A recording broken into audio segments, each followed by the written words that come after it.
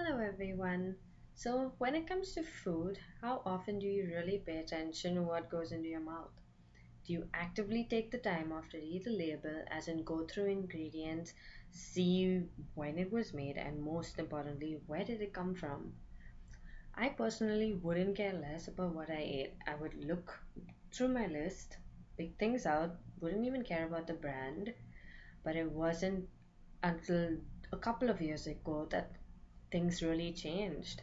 My discovery of genetically modified foods and bovine growth hormones caused me to do a complete 180. I soon became that person I would scoff at grocery stores. I began to read labels and look for suspicious ingredients. I looked at brands to see where they would source their ingredients from. Because what I read up about GMOs and GHs really horrified and scared me. So, what exactly is a growth hormone, you ask?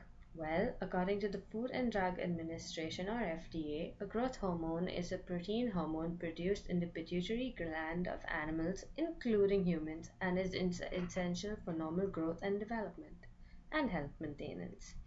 This basically means that it naturally occurs in the body and is vital to one's growth and development. This should mean it's pretty okay, it's a good thing, right? You couldn't be more wrong.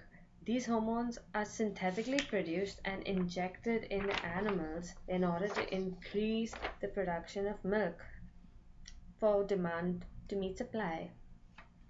And the one of the first companies to capitalize on this was none other than Monsanto.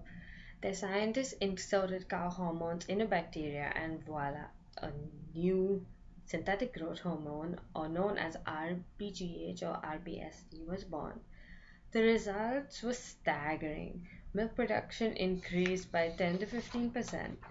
An average cow produces 6 to 7 gallons per day and is milked at least 2 to 3 times a day. This hormone caused lactating cows to produce an extra gallon of milk a day. This meant that companies could really capitalize on this and rake in the big bucks. All of this so far doesn't sound too bad, but as it goes, anything in excess is bad for you. The FDA approved this hormone, saying that the residues are too minute to actually have an effect on human health. But there haven't actually been too many large scale researches carried out to study the link between these hormones and their effects. The study was carried out on rats in 1993 when the FDA needed to approve these hormones in the first place. The test subjects showed that after 90 days, they had developed thyroid cysts and the hormones had infiltrated prostate cells.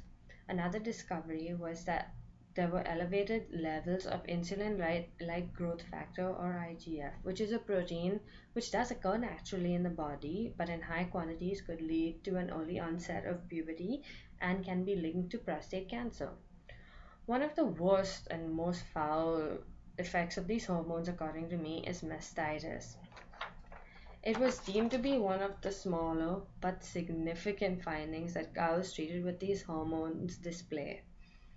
Mastitis is a bovine udder infection. As you can see, it causes the swelling and results in production of pus, which is dispelled during milking. The infection was treated with antibiotics, but it turned out that it could cause humans to become resistant to certain types of drugs.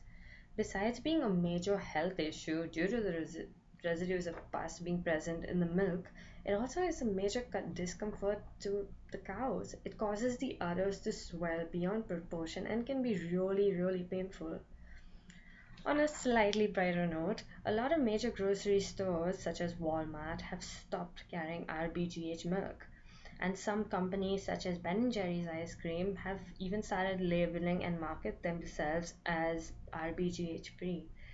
As of a study in 2007, the percentage of cows being injected in America decreased from 22% to 17%, which is almost 1 in 5 cows. Though things are progressing slowly, there are still a number of companies which do not label. Due to its harmful effects and gaps in research, growth hormones have been banned in the European Union and Canada in particular, as well as a few other countries. It may be an excellent way to boost the economy, but is it really worth the risk? I know that after being exposed to information which is usually not made public to or not really spoken about, I have made a conscious effort to ensure that what goes into my body benefits me instead of slowly killing me. I don't know if stopping the use of these hormones will be realized anytime soon, but the first step is just about being aware and then doing what you can to stop it. Thank you.